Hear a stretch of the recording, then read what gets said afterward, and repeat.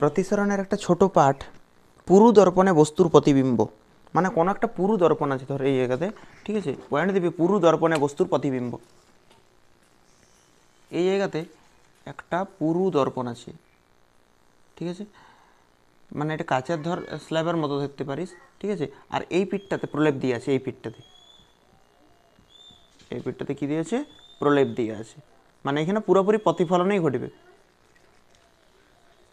আর এটা তো পুরোটাই কাচের, এটা পুরোটাই কাচের, ঠিক আছে।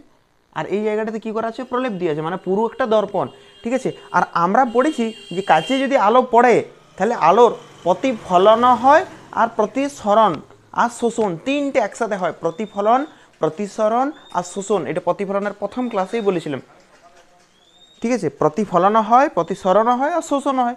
শোষণটা তো আমরা এখানে দেখাতে পারবো না, শুধু কৃষ্ণ বস্তুর বিকিরণের ওই জায়গাতে একটু শোষণ ছিল 11-এ, ঠিক আছে। তো এই জায়গাতে ধর কোনো একটা বস্তু আছে, এই জায়গাতে পি নামক একটা বস্তু আছে, ঠিক আছে। এবার একটু ভালো করে লক্ষ্য করবি, ঠিক আছে, যে এই পি থেকে কোনো একটা আলোকরশ্মি সোজা পড়ল, পি থেকে কোনো একটা আলোকরশ্মি সোজা এই বিন্দুতে পড়ল, ঠিক আছে। পি থেকে যদি কোনো আলোকরশ্মি সোজা এই পথ বরাবর আসে তাহলে তীরচিহ্ন আমি এরকম দিলাম। আর এইখানে যেই লম্বভাবে পড়বে, লম্বভাবে পড়ছে, তাহলে যে পথ বরাবর এসেছিল সেই পথ বরাবরই কী হবে, ঘুরে যাবে। আয়নাতে সোজাসুজি টর্চ টিপবি, ঠিক আছে, তো সোজাসুজি টর্চের আলো পড়লে কী হয়, সেই পথে আবার ঘুরে আসে, ঠিক আছে। এইবার আমরা কি করলাম, আমরা এটাকে একটু সোজা পথে বাড়ালাম, ডটেড লাইনে, ঠিক আছে, ডটেড লাইনে বাড়ালাম। এবার এটা সোজা ফেলেছিলাম, আমরা লম্ব আপাদন করেছিলাম। এইবার একটা আলোকরশ্মিকে আমরা তির্যকভাবে ফেলছি, দেখবি এই আলোকরশ্মিটাকে এরকমভাবে তির্যকভাবে ফেললাম। যেই তির্যকভাবে ফেলেছি আমরা, ঠিক আছে, এই জায়গাতে যে বিন্দুতে পড়েছে সেই বিন্দুতে আমাদের প্রথম কাজ হচ্ছে অভিলম্ব অঙ্কন করা। কি করা, অভিলম্ব অঙ্কন করা। অভিলম্ব অঙ্কন করলাম আমরা, ঠিক আছে। এইবার দেখ এইখানে প্রতিফলন হয় আর প্রতিসরণ হয়, তাহলে প্রতিফলন হবে, ঠিক আছে, এই জায়গাতে প্রতিফলন হবে, এটা প্রতিফলন, এটা প্রতিফলিত রশ্মি, এটা তো প্রতিফলন হলো। আবার এই রশ্মিটা এই পথ বরাবর চলে যাওয়ার কথা ছিল, কিন্তু এই পথ বরাবর যাবে না, কারণ কি, এটা লঘু, এটা বায়ু মাধ্যম, আর এটা কাঁচ মানে ঘন মাধ্যম। তাহলে এইটা হচ্ছে বায়ু মানে লঘু, আর এটা ঘন, তাহলে লঘুর থেকে ঘনতে গেলে একটু অবিলম্বে কাছে সরে আসবে, নিয়ে এইখানে পড়বে। এতদূর পর্যন্ত কোনো অসুবিধা নেই, ঠিক আছে। তো আমরা একটা জাস্ট বোঝার জন্যে আমরা একটা কাজ করছি, আমরা ধরলাম এই যে এইখান থেকে যে আলোকরশ্মিগুলো বেরোচ্ছে না, 100 আলোকরশ্মি বেরোচ্ছে, 100, ঠিক আছে, 100টা আলোকরশ্মি বেরোচ্ছে, ঠিক আছে। এইখানে 100টা আলোকরশ্মি পড়েছে, জাস্ট মনে মানে বোঝার জন্য আর কি, ঠিক আছে। এই জায়গাতে 100 আলোকরশ্মি ধর পড়েছে এই জায়গাতে, তাহলে 100 আলোকরশ্মি আপতিত হয়েছে, প্রতিফলনের পর 100ই ঘুরে গেছে, এটা তো কোনো ফারাক পড়বে না। এইটাতে দেখ, এইটাতে আমরা ধরলাম 100 আলোকরশ্মি তির্যকভাবে পড়ছে, কত আলোকরশ্মি তির্যকভাবে পড়ছে, 100। আর 100-র মধ্যে মাত্র 5টা প্রতিফলন হয়েছে, প্রতিফলনের পরিমাণটা কম হয়। আর এখানে 95টা হয়েছে প্রতিসরণ। জাস্ট মানে বোঝার জন্য 100 সংখ্যাটা নিয়েছি, 5, 95 এগুলো জাস্ট বোঝার জন্য নিয়েছি সংখ্যাগুলো, ঠিক আছে। আমরা ধরলাম এই পি বিন্দু থেকে 100টা আলোকরশ্মি আসছে এই জায়গাতে পড়লেও, এই জায়গাতে পড়ার পর প্রতিফলন হয় আর প্রতিসরণ হয়। তো প্রতিফলন হয়েছে কিছুটা, কতগুলো আলোকরশ্মি রয়েছে, 5টা আলোকরশ্মি রয়েছে। আর প্রতিসরণ কতগুলো আলোকরশ্মি রয়েছে, 95টা আলোকরশ্মি রয়েছে। এইবার দেখ এইখানে যেই আলোকরশ্মি পড়বে এইখানেও আমাকে অবিলম্ব অঙ্কন করতে হবে, এখানেও কী করতে হবে, আমাকে অবিলম্ব অঙ্কন করতে হবে। এইবার এইটাতে তো পুরোপুরি প্রলেপ দিয়ে আছে, প্রলেপ দিয়েছে মানে এই যদি 95টা আলোকরশ্মি আসে তাহলে এইখান থেকে 95টা আলোকরশ্মি ফেরত যাবে এই জায়গাতে। 95টা আলোকরশ্মি এসেছিল, 95টাই ফেরত যাবে, কারণ এখানে তো প্রলেপ দিয়ে আছে, প্রলেপ দিয়ে আছে মানে আলো এই প্রান্ত থেকে এই প্রান্তে আসতে পাবে না, প্রতিফলনই হবে, ঠিক আছে। তার মানে 95টা আলোকরশ্মি এসেছিল, 95টাই ঘুরে গেল, 95টা আলোকরশ্মি এসেছিল, 95টাই ঘুরে গেল, এইখানে প্রতিফলনই হবে। এই পিঠটাতে শুধু প্রতিফলন হবে, এই পিঠটি এই পিঠটাই প্রতিফলন হবে, আর এই পিঠটাই প্রতিফলন হবে, প্রতিসরণ হবে। দেখ আলোক রশ্মি পড়েছি, এই দিকেই ঘুরে গেছে, মানে এটা প্রতিফলিত রশ্মি, আর এইখান থেকে ভিতরেও ঢুকেছে, মানে এটা প্রতিসরিত রশ্মি। মানে এই পিঠটাই প্রতিফলন হবে, প্রতিসরণ হবে, কিন্তু এই পিঠটাই শুধুমাত্র প্রতিফলন হবে। 95টা আলোক রশ্মি পড়েছি এই জায়গাতে, আলোক রশ্মি পড়েছে এই বিন্দুতে, তাহলে এখানে আমার কি করতে হবে? অভিলম্ব অঙ্কন করতে হবে। অভিলম্ব অঙ্কন করলাম। এইবার দেখ, এইটা হচ্ছে ঘন, এইটা হচ্ছে ঘন, ঘন আর এইটা হচ্ছে লঘু। তাহলে ঘন থেকে লঘুতে যাওয়ার সময় যে পথ বরাবর যাওয়ার কথা ছিল সেই পথ বরাবর যায় না, সেটার থেকে অভিলম্ব থেকে কি হয়ে যায়? দূরে সরে যায়। অভিলম্ব থেকে কি হয়ে যায়? দূরে সরে যায়। ঠিক আছে, অবিলম্ব থেকে কি হয়? দূরে সরে যায়। অবিলম্ব থেকে দূরে সরে গেল। এইবার আমি তো বলেছিলাম এই পিঠটাতে প্রতিফলন হয়, প্রতিসরণ হয়, তাহলে এই মাধ্যম থেকে অন্য মাধ্যমে গেল, মানে প্রতিসরণ তো হয়েছে, তাহলে কিছুটা প্রতিফলন হবে। কোনটার পরিমাণ বেশি? 95টা আলোক রশ্মি এখানে পড়েছে, 95টার মধ্যে মাত্র 5টার প্রতিফলন হবে। প্রতিফলনের পরিমাণটা কম। কি বলছি ভালো করে শুন, এইখানে প্রতিফলনই হয়, এই তলটাই প্রতিফলনই হয়, আর এই তলটায় প্রতিফলনও হয়, প্রতিসরণও হয়, কিন্তু প্রতিসরণের পরিমাণটা বেশি। সেই জন্য দেখ 100টা আলোক রশ্মি আসছিল, তার মধ্যে 95টা প্রতিসরণ ঘটেছে, 5টা মাত্র প্রতিসরণ এই ফলন ঘটেছে। আবার এই 95টার মধ্যে দেখ 95টার এখানে ঘুরে গেছে, কারণ এইটা তো প্রতিফলনই হয়, প্রতিসরণ হয় না, এটা তো প্রলেপ দিয়ে আছে। এবার 95টা আলোক রশ্মি এখানে পড়লো, 95টার মধ্যে বেশিরভাগটাই প্রতিসরণ হবে। তাহলে 95টার মধ্যে আমরা ধরলাম 90টার প্রতিসরণ হয়েছে আর 5টার প্রতিফলন হয়েছে। প্রতিফলন কেন বলছি, এই যে দেখ 95টা আলোক রশ্মি পড়লো, 5টা ঘুরে এলো, 95টা আলোক রশ্মি পড়লো, 5টা ঘুরে এলো, প্রতিফলনের পরিমাণটা 5। আর এই মাধ্যম থেকে অন্য মাধ্যমে গেছে, মানে প্রতিসরণ কটা রয়েছে? 90টার। ঠিক আছে, দেখ এইবারে আমরা যদি ডটেড লাইনে বাড়াই, একটা জিনিস আমাদের ছবিটা ঠিকঠাক করে হয় না, যেটা আমাদেরকে এইখানে মেলাতে হবে তো মোটামুটি, তাহলে এখানে আলোক রশ্মিটা না একটু তির্যক করতে হবে, এরকম করে, ঠিক আছে? তাও কি হবে কি এখানে?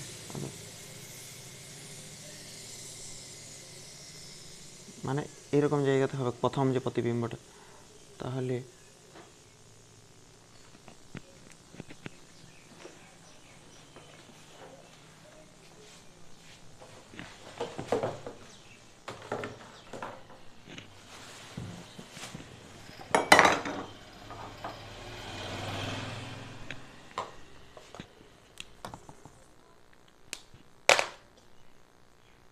এটাতে দেখাচ্ছি। ঠিক আছে, তো এইখানে যদি প্রথম প্রতিবিম্বটা তৈরি হয়, ঠিক আছে, তার মানে ডটেড লাইনে যদি দেখাই আমরা,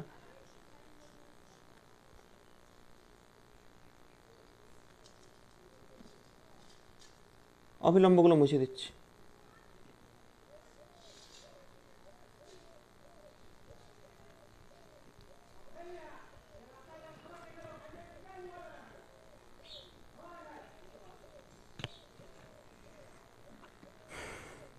তো এইখানে ফলন হচ্ছে, এখানে তো আলোক রশ্মিটা ছিল, এখানে আলোক রশ্মিটাও মুছে ফেললাম। এখানে আলোক রশ্মিটা তো ছিল, 100টা আলোক রশ্মি আসছিল, তার মধ্যে 100টা আলোক রশ্মির মধ্যে 95টার প্রতিসরণ হয়েছিল আর 5টার প্রতিফলন হয়েছিল। ঠিক আছে, তো এইবারে এইখানে যদি কেউ চোখ রাখে, ঠিক আছে, এই জায়গাতে যদি কেউ চোখ রাখে, আবার এইটা দেখ, এই যে এই লাইটটাকে দেখ, এই যে এইটা 90টা দেখতে পাচ্ছিস তো, এটা এই কালার লিখে দেখাই,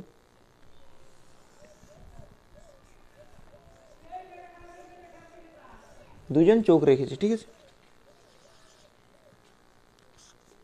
এই সবুজটার দিকে একটু ভালো করে লক্ষ্য কর। ধর ঘরে একটা পুরু দর্পণ আছে, ঠিক আছে, পুরু দর্পণে দুটার দিকে চোখ রেখলাম, এই যে এইখান থেকে কোটা রশ্মি তার চোখে পৌঁছাচ্ছে, কোটা রশ্মি পৌঁছাচ্ছে 5টা, আর এইখানে কোটা রশ্মি পৌঁছাচ্ছে 90টা। তাহলে কোন প্রতিবিম্বটা মানে একদম উজ্জ্বলভাবে হবে? প্রতিবিম্ব 1 না প্রতিবিম্ব 2? কোন প্রতিবিম্বটা ব্যক্তির কাছে উজ্জ্বলতর বলে মনে হবে? P2টা, দ্বিতীয়টা। মানে আমরা ঘরে যে আমাদের প্রতিবিম্বটা দেখতে পাই, সে প্রতিবিম্বটা প্রথম প্রতিবিম্বটা দেখতে পাই না। কারণ কি, প্রথম প্রতিবিম্ব থেকে যে এই যে রশ্মিটা আসছে বলে মনে হয়। আমরা আয়নাতে যে আমাদের মুখ দেখি, সত্যিই কি তার অপোজিটে কোনো এরকম ব্যক্তি থাকে না, অসৎ বিম্ব। সেই জন্য তো ডটেড লাইন হয়েছে, ওইখানে তো সত্যি ওই পিঠে কোনো ব্যক্তি থাকে না, ঠিক আছে, অসৎ বিম্ব। আর এইখানে কোটা আলোক রশ্মি ব্যক্তির চোখে বই যাচ্ছে 5টা, তাহলে এইখানে উজ্জ্বলতর মনে হবে কি? উজ্জ্বলতর মনে হবে না, এখানে 5টা মাত্র আলোক রশ্মি। আর কিন্তু এইটা যদি দেখি আমরা, সেটা 90টি আলোক রশ্মি। সেই জন্যে প্রথম প্রতিবিম্ব উজ্জ্বল হয় না। আমরা যে প্রতিবিম্বটা দেখি সেটা হচ্ছে সেকেন্ড প্রতিবিম্ব। 2 নম্বর প্রতিবিম্বটাকে আমরা বেশি উজ্জ্বলতরভাবে দেখি, ঠিক আছে। তো এটা দেখ, আরেকবার দেখ, যদি বুঝতে অসুবিধা হয়। প্রথমবার বুঝতে অসুবিধা হতেই পারে, স্বাভাবিক ব্যাপার, ঠিক আছে। কিন্তু এতটা কঠিন নয় এটা, মানে জাস্ট একটু গল্পের আকার। এটা দেখবি লেখা আছে পুরু দর্পণের প্রতিবিম্ব, পুরু দর্পণের বস্তুর প্রতিবিম্ব, এরকম বলে একটা পয়েন্ট দিয়েছে বই, ঠিক আছে। তো এটা একবার দেখ, আরেকবার রিপিট দেখে নিতে পারিস। এখন যে টপিকটা বলছি সেটা জানিস, ঠিক আছে। জলের ক্ষেত্রে জানিস, মানে কোনো একটা কাজফলকের ক্ষেত্রে বলা হয় না, বা দর্পণের ক্ষেত্রে বলা হয় না, ঠিক আছে। তোর কোনো একটা এই দর্পণটাকে আমরা এইভাবে রেখেছি, এই পুরো দর্পণটাকে আমরা এইভাবে রেখেছি, ঠিক আছে। আর এই পিঠটাতে প্রলেপ দেওয়া আছে, এই পিঠটাতে প্রলেপ দেওয়া আছে, ঠিক আছে। আর এইখানে এইরকম জায়গাতে একটা কোনো বস্তু আছে, এরকম জায়গাতে কোনো বস্তু আছে, এরকম জায়গাতে কোনো বস্তু আছে। আর এই যে আয়নার যে বেদ, যে প্রকৃত বেদ, সে প্রকৃত বেদটা হচ্ছে ডি, প্রকৃত বেদটা হচ্ছে ডি। কিন্তু বস্তু যতই এখানে থাক, প্রতিবিম্বকে তো আমরা এখানে দেখতে পাই না। কারণ কি, আমরা দেখব কোথার থেকে? দেখ, আমরা দেখব এই জায়গার থেকে, উপর থেকে দেখছি ধর, ঠিক আছে, উপর থেকে দেখছি আমরা, তো উপরে চোখ রেখেছি। তার মানে বস্তু থেকে আলোক রশ্মি, এটা ঘন মাধ্যম, ঘন থেকে লঘুতে যাবে। কোথার থেকে কোথায় যাবে? ঘনর থেকে লঘুতে যাবে, ঠিক আছে, ঘন থেকে লঘুতে যাবে। সেই জন্যে ব্যক্তিটা কিন্তু এইখানে দেখতে পাবে না বস্তুকে, বা বস্তুটা ধর, আর একটু দর্পণটাকে আমরা নিচে করি, মানে বস্তুটার উপরে চাপানো আছে ধর,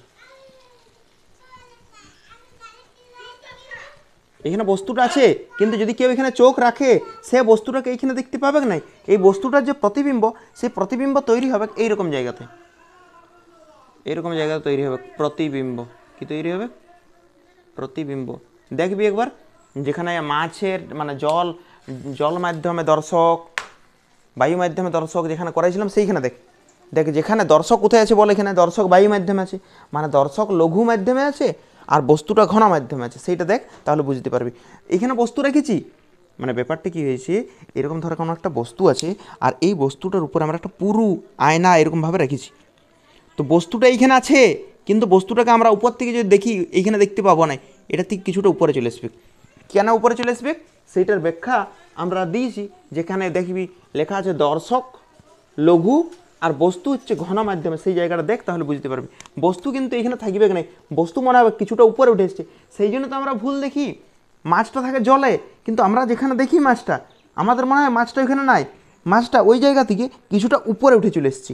ওইটাই তো ওইখানে হচ্ছে, বস্তু এখানে আছে, কিন্তু বস্তুটাকে এখানে দেখতে পাবো না আমরা, বস্তুটার ছবিটা একটু উপরে দেখতে পাবো।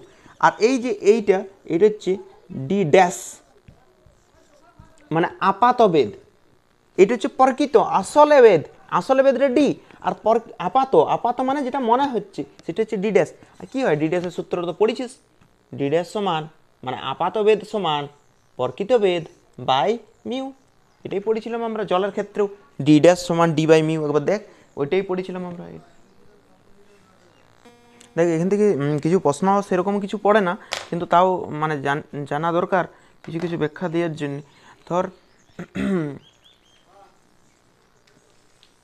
এইটাতে একটা জলের পাত্রে, ঠিক আছে, এটা একটা জলের পাত্র, আর এই জলের পাত্রে একটা কয়েন রাখা আছে। কয়েন বলতে যে কোনো পদার্থই রাখতে পারিস, এমন নয় যে কয়েনে রাখতে হবে। কয়েন দিয়ে থাকে লেখা, ক্লাস 8-এর বইয়েও সম্ভবত ছিল এটা। যে এখানে যদি কোনো একটা কয়েনকে রাখা হয়, এই জায়গাতে কোনো কয়েনকে রাখা হলো, কয়েন, এখানে একটা কয়েন আছে,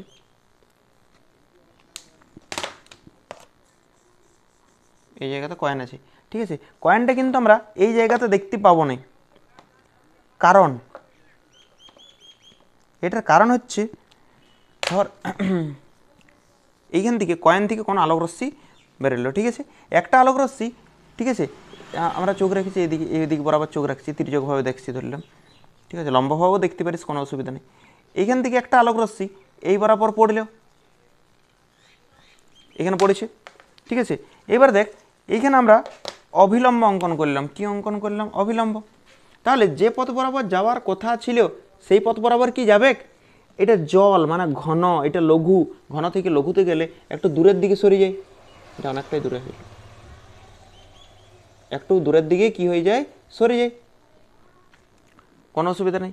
এইবার আমরা আরেকটা আলোক রশ্মিকেও একই রকমভাবে মানে পাঠাবো, ঠিক আছে। একটা আলোক রশ্মি আমরা হয়তো কয়েনের এই প্রান্ত থেকে পাঠাইছি, আর একটা আলোক রশ্মিকে কয়েনের এই প্রান্ত থেকে পাঠালাম, আর একটা আলোক রশ্মিকে পাঠালাম, ঠিক আছে, আলোক রশ্মিকে পাঠালাম। এবার দেখ এটা অভিলম্ব, এটা কি অঙ্কন করলাম আমরা? অভিলম্ব। যে পথ বরাবর যাওয়ার কথা, যে পথ বরাবর যাওয়ার কথা সেই পথ বরাবর যায় না, সেই পথ বরাবর যায় না, কি হয়? অভিলম্ব থেকে একটু দূরের দিকে সরে যায়, কি হয়ে যায়? অভিলম্ব থেকে একটু দূরের দিকে সরে যায়। এই পথ বরাবর যাওয়ার কথা ছিল কিন্তু এই পথ বরাবর যাবে নাই, একটু দূরের দিকে সরে যাবে। তো এই জায়গাতে যদি এবার চোখ রাখিস তুই, এই জায়গাতে যদি তুই চোখ রাখিস, ঠিক আছে, চোখ যেমনই হোক, ঠিক আছে, কনসেপ্ট দুর্দান্ত আছে। এইবার তুই যদি এই জায়গাতে চোখ রাখিস তো তোর মনে হবে যে এই আলোক রশ্মিটা হয়তো কোনো এরকম কোনো বিন্দু থেকে আসছে, আর এই আলোক রশ্মিটাও মনে হবে এরকম কোনো বিন্দু থেকে আসছে বলে তোর মনে হবে, ঠিক আছে, তোর কী হবে? মনে হবে। তাহলে তোর মনে হবে যে কয়েনটা এই জায়গাতে উঠে চলে এসছি, এই জায়গাতে কয়েন নাই, কয়েন যেখানে থাকে তার থেকে একটু উপরে দেখায়। এমনকি এরকম ক্লাস 10-এও একটা সরি 8-এও একটা প্রশ্ন ছিল যে একটা বালতিতে জল ঢালা হলে বালতির নিচের প্রান্ত কিছুটা উপরে উঠে আসে বলে মনে হয়, ঠিক আছে, এরকম মনে হচ্ছে। কেন মনে হচ্ছে? এটা তো বললাম প্রতিসরণের জন্য। এইখান থেকে একটা আলোক রশ্মি পাঠালাম, এটা ঘন জল, এটা বায়ু, মানে এটা ঘন, এটা লঘু, তাহলে কী হলো? দূরে সরে গেল। আর একটা আলোক রশ্মিকে পাঠালাম কয়েনের এই প্রান্ত থেকে, এই প্রান্ত থেকে একটা আলোক রশ্মি পাঠালাম, এটা ঘন, এটা লঘু, দূরে সরে গেল। তো এগুলোকে ডটেড লাইনে যখন বাড়ালাম তখন দেখতে পেলাম যে কয়েনটা আছে তো এই জায়গায়, কিন্তু আমরা দেখতে পাবো এই জায়গাতে, মানে কয়েন যেখানে ছিল সেখান থেকে কিছুটা সরে আসে, উপরে উঠে আসে। তারপরে এইখানে যে ব্যক্তি চোখ রাখবে তার সে কয়েনটা এখানে দেখতে পাবে না, এই জায়গায় দেখতে পাবে। দেখবি মেলাতে এরকম একটা খেলা হয়, ঠিক আছে, এটা আশা করছি বুঝতে পারি গেছিস। আর যদি না বুঝতে পারিস একবার রিপিট দেখবি, আর না পারলেও তখন আমাকে বলবি, ঠিক আছে। এরকম দেখবি একটা খেলা হয় যে এটা একটা বিকার আছে, জলের পাত্র আছে, মেলাতে দেখবি এই খেলাটা দেখা যায় প্রায়। আর নিচেও এরকম ছোট একটা বিকার আছে, ঠিক আছে। এবার এটা পুরোটা জল ভর্তি আছে, জল দিয়ে ভর্তি আছে, এটা পুরোটা জল দিয়ে ভর্তি আছে, পুরোটা জল দিয়ে ভর্তি আছে। নিয়ে উপর থেকে কয়েন ফেলতে বলা হয়, উপর থেকে কয়েন ফেলতে বলা হয় দেখবি, আর আমরা কয়েনটা এখানে ফেলতে পারিনি, ঠিক আছে। এইটার পেছনেও কিন্তু প্রতিসরণ আছে, আমরা যেখানে এটা দেখতে পাচ্ছি না সেটা এখানে থাকে না, এটা কিছুটা এইদিকে বা কিছুটা এইদিকে বরাবর সরে আসে, ঠিক আছে। এটাও আমরা ভুল দেখি। আর এইটার আরেকটা ব্যাখ্যা আছে এরকমই, গ্লিসারিনে কাচদণ্ড ডোবালে দেখা যায় না কেন? এটা টেনে পড়াইছিলাম, ঠিক আছে। নক্ষত্র মিটমিট করে কেন? টেনে পড়ানো আছে। এইগুলো কীরকম বলতো, মানে তুই যে কনসেপ্ট পড়েছিস সেই কনসেপ্টটা অ্যাপ্লাই করা, নিজের ভাষায় লিখতে হবে। যদি প্রশ্ন পড়েও যায়, কিন্তু এরকম প্রশ্ন সাধারণত দেখা যায় না, ঠিক আছে, কিন্তু যদি পড়ে তুই নিজের ভাষায় লিখবি কনসেপ্টটা বুঝি, ঠিক আছে। এটা মানে ওরকমভাবে প্রয়োগমূলক বলতে পারিস এই প্রশ্নগুলো, মানে তুই যে কনসেপ্ট বুঝেছিস সেখানে প্রয়োগ করে দেখাতে হবে। এরকম তো হাজার প্রশ্ন করা যাবে, এরকম প্রশ্ন করতে গেলে কোনোভাবেই শেষই হবে না। আবার দেখ আমরা তো ভুল দেখি, ঠিক আছে, মানে অনেক জায়গাতে ভুল দেখি। তার আরেকটা প্রমাণ দেখ,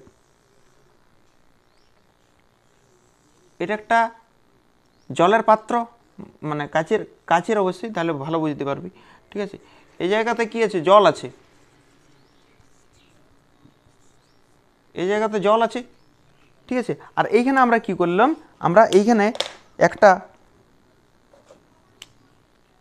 এরকম দণ্ডকে ডুবালাম, এরকম দণ্ডকে ডুবালাম, কোনো একটা দণ্ডকে এরকম বরাবর ডুবানো আছে, ঠিক আছে, এই দণ্ডটাকে আমরা ডুবাইছি জলের মধ্যে, এই দণ্ডটাকে ডুবানো আছে জলের মধ্যে, কিন্তু এই দণ্ডটাকে এরকম সোজাসুজি দেখতে পাবিনি। তোর মনে হবে এই দণ্ডের এই যতটা এই যে জল আছে না, এখান থেকে তো জল আছে, তাহলে এই অংশটা মনে হবে যে এইখানে উঠে এসছে। এই যে একটা নাম একটা করে আমরা নামকরণ করে দিই, তাহলে ভালো বুঝতে পারবি। এই যে এটা নাম দিলাম এ, এটা নাম দিলাম বি, এটা নাম দিলাম সি, এটা নাম দিলাম ডি। তুই কিন্তু না ডিটা এখানে দেখতে পাবি নি, তুই ডিটা দেখতে পাবি, ডি এর এই যে ডিটা বস্তু, এটার প্রতিবিম্ব তুই ডি ড্যাশে দেখতে পাবি। এই সি এর প্রতিবিম্বটা তুই এই জায়গায় দেখতে পাবি, সি ড্যাশে দেখতে পাবি। আর বি এর প্রতিবিম্বটা তুই এই বি ড্যাশে দেখতে পাবি, আর এ এর প্রতিবিম্বটা তুই এ ড্যাশে দেখতে পাবি। মানে তোর মনে হবে যে এইখানে নাই কাজদণ্ডটা মনে হবে কাজদণ্ডটা একটু উঠে এসছি। একই কনসেপ্ট, এটা ঘন মাধ্যম, ঘন থেকে কোথায় যাবে, লঘুতে যাবে, তখন মনে হবে যে বস্তুটা একটু উপরে উঠে এসছে। মানে তুই কাজদণ্ডটাকে এই উপরের প্রান্তটা যেমন আছে সেরকমই দেখতে পাবি, কিন্তু এই নিচে যতটা ডুবানো আছে সেই প্রান্তটা তোর মনে হবে একটু উপরে উঠে চলে এসছে, এরকম তোর মনে হয় প্রতিসরণের জন্যেই। তো এটা দেখ বোঝা যায়, ধর এটা একটা এক গ্লাস জল আছে, ঠিক আছে, দেখ পেনটা সোজা আছে কিন্তু, হ্যাঁ পেনটা সোজা আছে, কিন্তু যদি একটু ভালো করে লক্ষ্য করিস এটা ডুবানোর পর কীরকম দেখতে লাগছে। দেখ মনে হচ্ছে না যে এই পেনটা একটু এই জায়গাতে কাটা আছে, এই পেনটা আলাদা, এরকম মনে হচ্ছে না? মানে এই যে এই নিচের প্রান্তটা মনে হচ্ছে একটু উঠে এসছে, দেখ এটা একটু মোটাও লাগছে, এই যে এই প্রান্তটা যেটা জলে ডুবানো আছে এটা মনে হচ্ছে একটু মোটাও লাগছে। মানে আমাদের চোখে উঠে এসছে, মানে কীরকম আমাদের মনে হচ্ছে সামনে চলে এসছে, দেখ এটা একটু মোটাও লাগছে। আর মনে হচ্ছে যে উপরের প্রান্তটা আর এই প্রান্তটা কিন্তু আলাদা আলাদা। এই ঘটনাটাও কিন্তু আলোর প্রতিসরণের জন্যই দেখা যায়, ঠিক আছে। এই যে এটা দণ্ডটা মনে হচ্ছে একটু সামনের দিকে উঠে এসছে আমাদের চোখের দিকে, ঠিক আছে। এগুলো সব তির্যক আলোক রশ্মি দ্বারা প্রতিবিম্ব গঠন আমরা পড়ছি। তির্যক আলোক রশ্মি দ্বারা প্রতিবিম্ব মানে এই যে একটু আগেও পড়ালাম, আর এখনও যেটা চলছে সেটা তির্যক আলোক রশ্মি দ্বারা প্রতিবিম্ব গঠন। এগুলো বই থেকে মানে পড়বি, এগুলো যদি নোটস বানাতে যাস মানে অনেক সময় লেগে যাবে, ঠিক আছে। দেখ নেক্সট হচ্ছে আমরা ধর এরকম কোনো একটা পাত্র আছে, এই পাত্রের তলদেশটা দেখব, এই পাত্রের তলদেশটা দেখতে চাইছি আমরা, ঠিক আছে। এটাতে জল আছে অবশ্যই, জল না থাকলে পাত্রের তলদেশটা সিম্পল দেখাবে, যেমন দেখায় জল আছে, ঠিক আছে। এইখানে এক ব্যক্তি ধর এই জায়গাতে চোখ রেখে আছে, চোখ রেখে বসে আছে, ঠিক আছে, এই জায়গাতে চোখ রেখে বসে আছে। এইবার ধর এই জায়গা থেকে কোনো একটা আলোক রশ্মি এসছে এই জায়গা থেকে, তো এই জায়গা থেকে যদি কোনো আলোক রশ্মি আসে সে তো সোজা দেখতে পাবে, তার চোখে সোজা পৌঁছাবে, কোনো প্রতিসরণ হবে কি? সোজা পড়লে কোনো প্রতিসরণ হয় না, সোজা পুরোপুরি সোজা পড়েছি, ঠিক আছে। আরেকটা আলোক রশ্মি ধর এরকম বাঁকাভাবে পড়ছি, ঠিক আছে, চোখটাকে এখানে একটু সরাই দিই। আরেকটা আলোক রশ্মি একটু তির্যকভাবে পড়লো, ঠিক আছে। তির্যকভাবে পড়লো মানে যে পথ বরাবর চলে যাওয়ার কথা ছিল, ঠিক আছে, যে পথ বরাবর চলে যাওয়ার কথা ছিল সেই পথ বরাবর যাবে নাই, সেইখান থেকে কী হবে একটু দূরে সরে যাবে, ঠিক আছে, সেইখান থেকে কী হবে একটু দূরে সরে যাবে, ঠিক আছে। এইবার যদি ব্যক্তি চোখ রাখে, ঠিক আছে, এই ব্যক্তি যদি চোখ রাখে তাহলে তার কি মনে হবে? তার মনে হবে যে এটাকে এই যে এই আলোক রশ্মিটা সোজা কোনো বিন্দু থেকে আসছে বলে মনে হবে, এই আলোক রশ্মিটা কোনো সোজা বিন্দু থেকে আসছে বলে কি হবে তার মনে হবে, ঠিক আছে।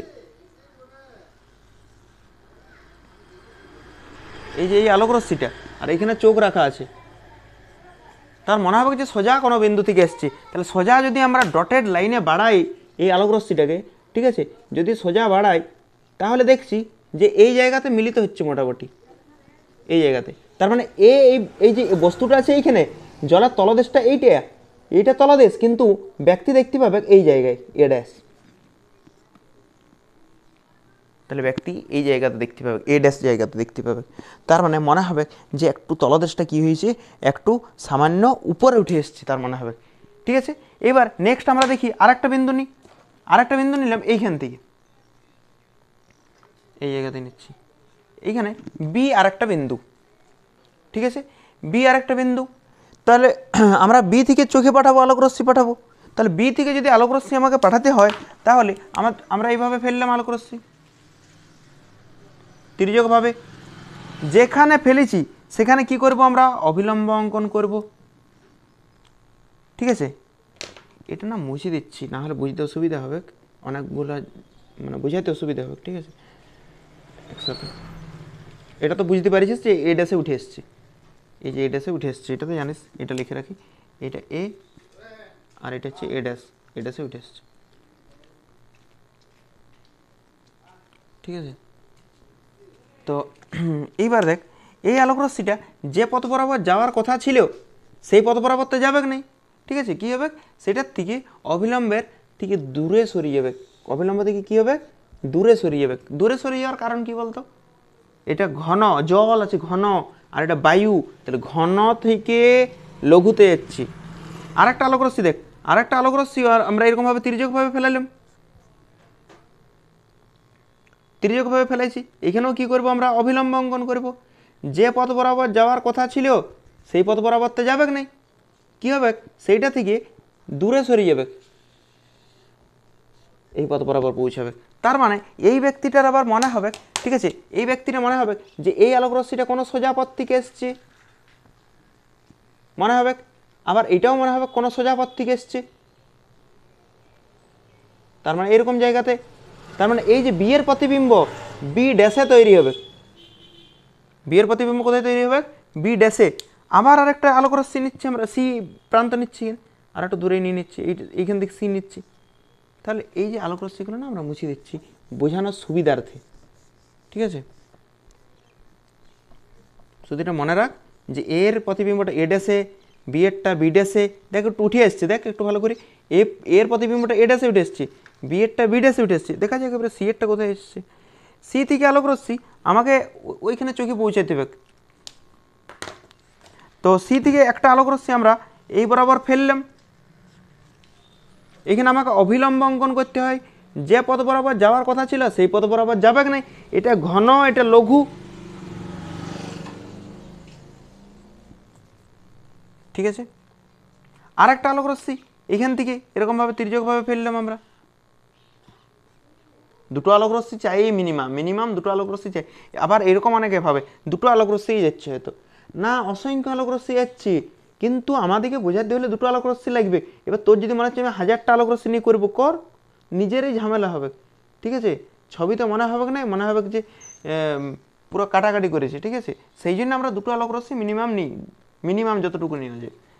এবার দেখ এখানে আলোক রশ্মি পড়েছে, এখানে অবিলম্ব অঙ্কন করলাম, এই পথ বরাবর যাওয়ার কথা আলোক রশ্মি, কিন্তু এই পথ বরাবর কোনোভাবেই যাবে না, ঠিক আছে। আলোক রশ্মি এটা ঘন, এটা লঘু, ঘন থেকে লঘুতে যাওয়ার সময় একটু মানে দূরের দিকে বেঁকে যায়, ঠিক আছে। এবারে সোজা আলোক রশ্মিগুলো তোরা আঁকবি, ঠিক আছে, এভাবে পৌঁছাবে।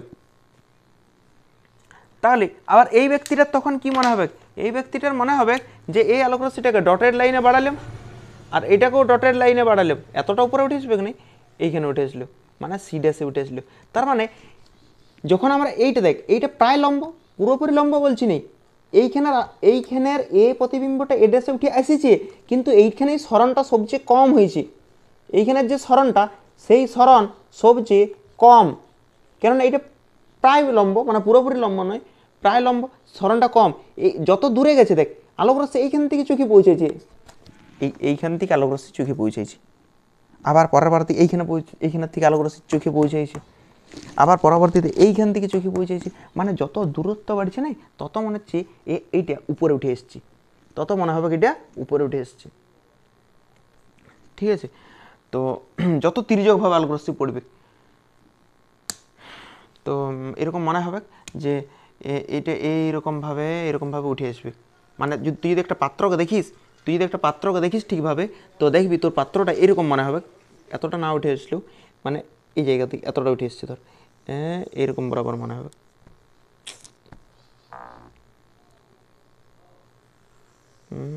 এই বরাবর, এদিকে ওটা একটু বেশি হয়ে গেল, তাও এরকম মনে হবে এই জায়গার থেকে কী হয়েছে, একটু এই দিক বরাবর উঠে এসছে, কারণ এইখান থেকে দেখ দূরত্বটা বেশি, যত দূরত্ব তত আলোক রশ্মিটা তির্যকভাবে পড়তে হচ্ছে।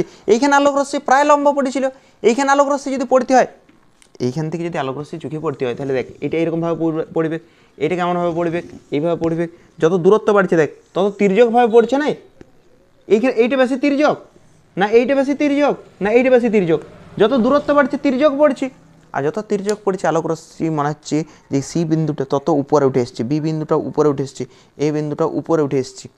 তো এরকম মনে হবে পাত্রর তলদেশটা মনে হয় যে এরকম বরাবর উঠে এসছে, একটা প্রান্ত থেকে যদি দেখিস তাহলে এরকম মনে হয় আমাদের, এটা প্রতিসরণের জন্যই মনে হয়। ঠিক আছে, এখান থেকে সেরকম কিছু প্রশ্ন পড়ে না, বইয়ে আছে গল্পের আকারে, যদি পড়তে অসুবিধা হয় সেই জন্য বলে দেওয়া। ঠিক আছে, আর এই জায়গাতে এইটাকে বলা হয় কাস্প, মানে যেই জায়গায় সরণটা সবচেয়ে কম, দেখবে এইটা ছবি দেওয়া আছে,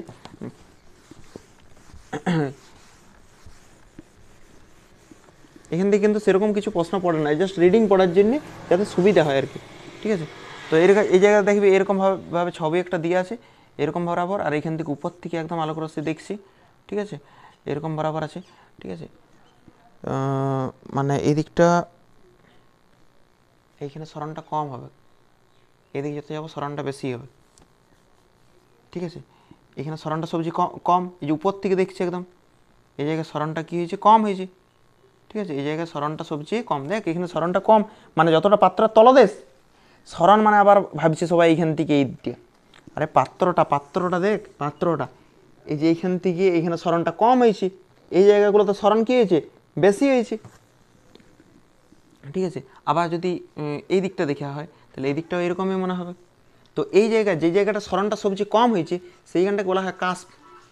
এটা কি বলা হয়, কাস্প। যে জায়গাটা সরণ কম হয়েছে, উপর থেকে দেখছি না, উপর থেকে দেখছি সেই জায়গায় সরণটা কম, সরণটা কম মানে সবাই এইখান থেকে এইটা সরণটা দেখে, ভুল।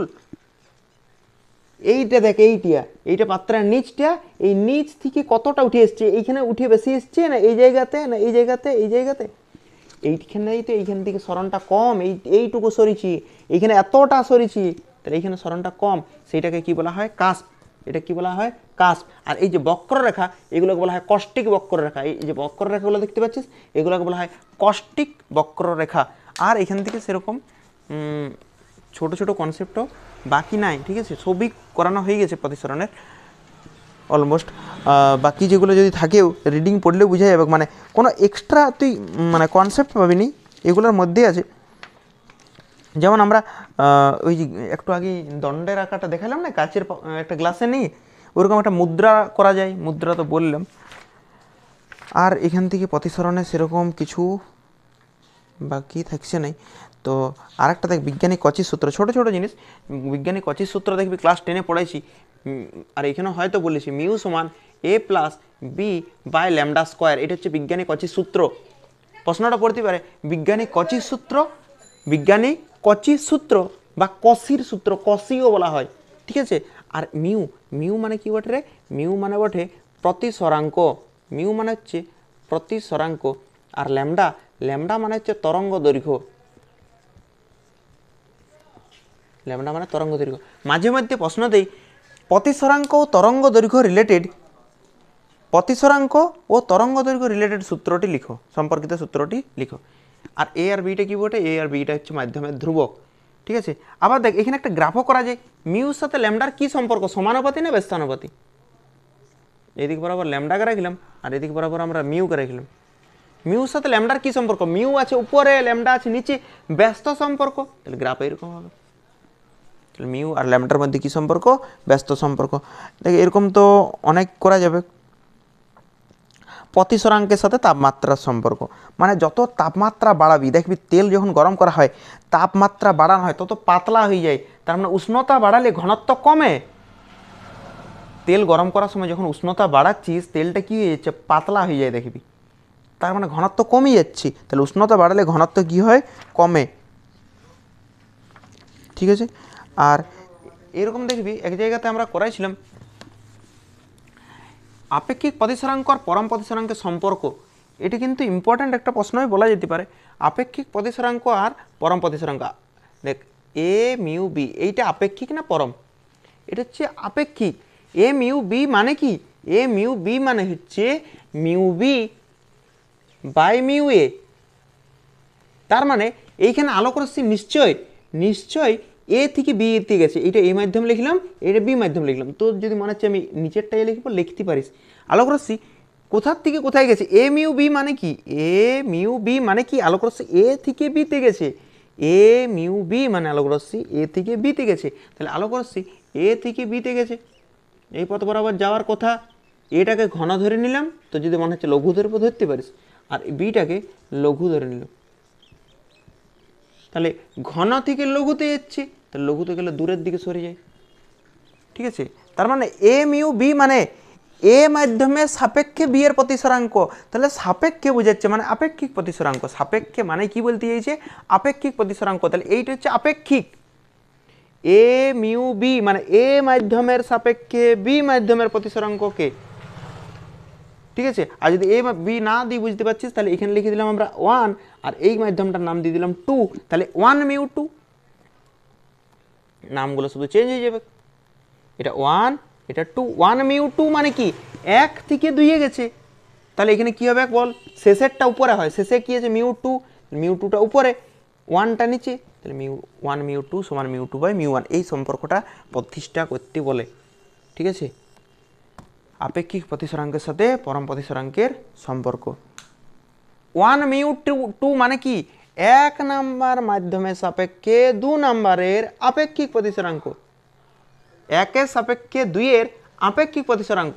আর মিউ 1 মানে হচ্ছে 1 নাম্বার মাধ্যমের পরম প্রতিসরাঙ্ক, 1 নাম্বার মাধ্যমের পরম প্রতিসরাঙ্ক।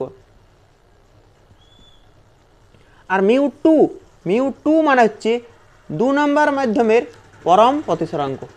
এটা 1 নাম্বারের মাধ্যমের পরম প্রতিসরাঙ্ক, আর এটা হচ্ছে 2 নাম্বার মাধ্যম। এটা 1 নাম্বার মাধ্যমের পরম প্রতিসরাঙ্ক, আর এটা হচ্ছে 2 নাম্বার মাধ্যমের পরম প্রতিসরাঙ্ক।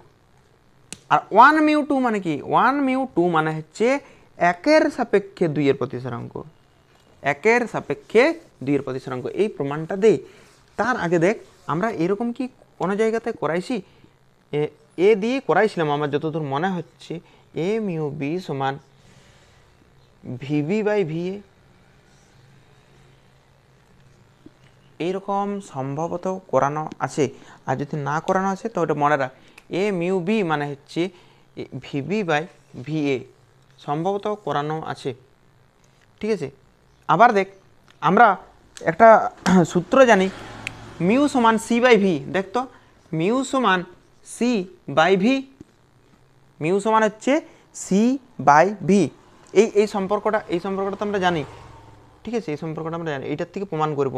আমাদের মেন টার্গেট কি, আমাদের মেন টার্গেট হচ্ছে আমাদেরকে এ মিউ বি সমান প্রমাণ করতে হবে, এ মিউ বি সমান প্রমাণ করতে হবে mu B by mu A.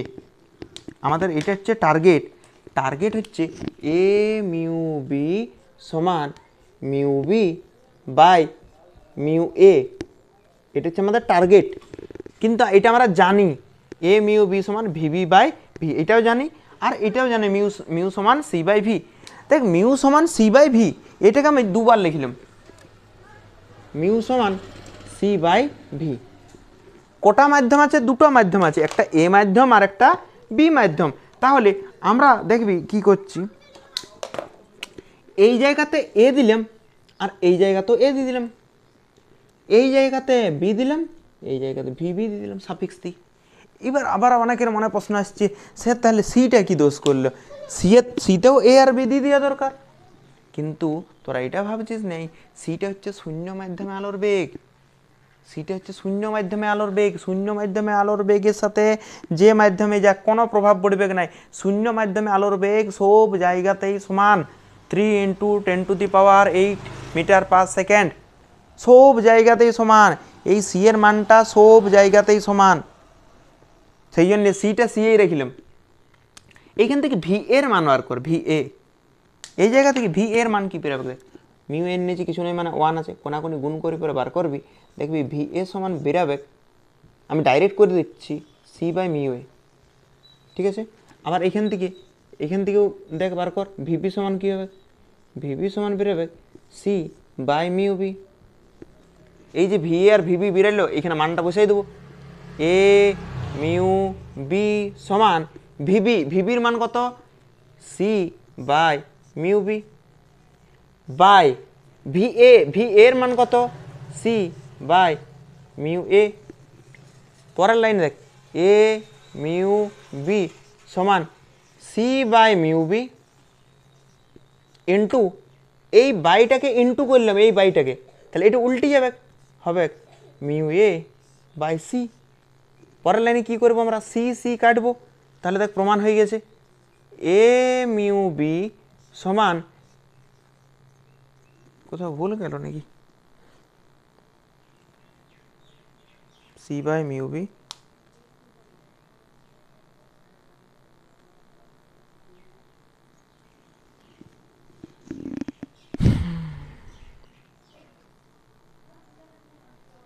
O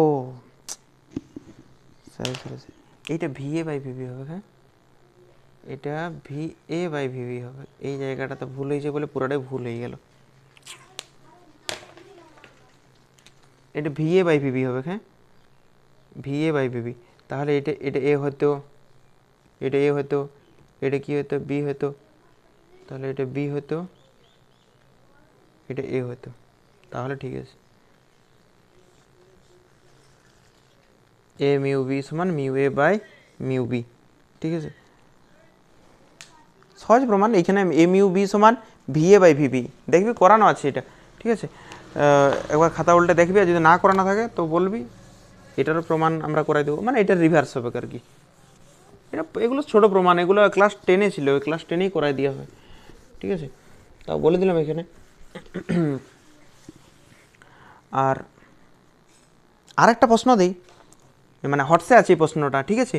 Muir মান, মানে পরম প্রতিসরাঙ্কের মান কখনো কি এক অপেক্ষা ছোট হতে পারে? মিউ এর মান কখনো কি এক অপেক্ষা ছোট হতে পারে?